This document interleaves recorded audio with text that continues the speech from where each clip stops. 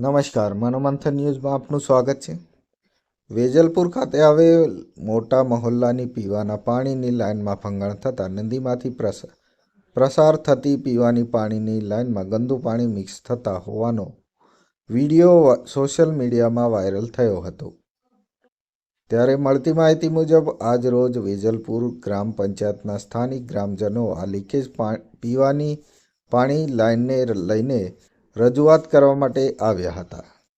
ત્યારે વેજલપુર ગ્રામ પંચાયતના જવાબદાર અધિકારી એવા બંને તલાટી કમ મંત્રીઓ હાજર જોવા મળ્યા નહોતા, જેથી આવી રજૂઆત કરવી તો કરવી કોને? ત્યારે રજૂઆત કરનાર લોકોમાં ક્યાંક ને ક્યાંક તલાટી હાજર નહીં મળતા તેમને પોતાનો રોષ વેજલપુર ગ્રામ પંચાયતનો અંધેરી નગરીને ગંડુ રાજા જેવી વહીવટી કરનાર સામે ભભૂકી ઉઠ્યો હતો। ત્યારે વેજલપુર ગ્રામ પંચાયત વોર્ડ નંબર 4ના સભ્ય પણ પોતાની પ્રતિક્રિયા આપતા જણાવ્યું હતું કે બજારમાં પીવાનું પાણી આવતું નહોતું અને તેના માટે અલગથી પીવાની પાઇપલાઇન કરવાની હતી।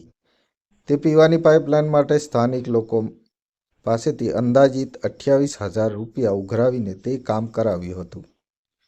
તેમ છતાં વેજલપુર ગ્રામ પંચાયતની નિષ્કાળજી લઈને નવીન પીવાની પાઇપલાઇનમાં ભંગાણ થઈ લાઇનને લીકેજ થઈ હતી, જેથી સ્થાનિક રહીશોએ આ પીવાના પાણી નદીના ગંદા પાણી સાથે મિક્સ થતા હોવાનો વિડીયો બનાવી વાયરલ કર્યો હતો, જેથી સ્થાનિક ગ્રામ પંચાયતના સભ્ય અને ગ્રામજનો ગ્રામ પંચાયત ખાતે આજરોજ રજૂઆત કરવા પહોંચ્યા હતા, પણ વેજલપુર ગ્રામ પંચાયતના જવાબદાર અધિકારીઓ એવા બંને તલાટીઓ ગ્રામ પંચાયત ઉપર હાજર જોવા મળ્યા નહોતા, જેથી હવે જોવું રહ્યું કે જવાબદારી અધિકારી તલાટી કમ મંત્રી દ્વારા સ્થળ ઉપર જઈને તપાસ કરશે કે કેમ એ જોવું રહ્યું।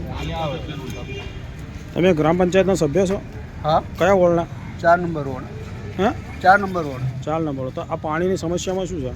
આ પાણીની સમસ્યામાં એવું હતું કે બજારમાં જે બજાર ઊભું ખરું એમાં પાણી આવતું નહોતું, એના માટે સ્પેશિયલ પાઇપલાઇન કરવાની હતી। એના માટે વેરા પેટે પબ્લિક પાસે અમે 27,000 થી 28,000 રૂપિયા ઉઘરાયો। એ ઉઘરાઈને અમે એ કામ ચાલુ કરાયું। કામ ચાલુ કર્યા છતાં બી આ પાઇપ લીકેજ થઈ ગઈ છે, એમાંથી ગંદુ પાણી આવે છે। સતત 15 થી 20 દિવસ, સમજો કે 1 મહિનાથી અમે રજૂઆત કરીએ છીએ,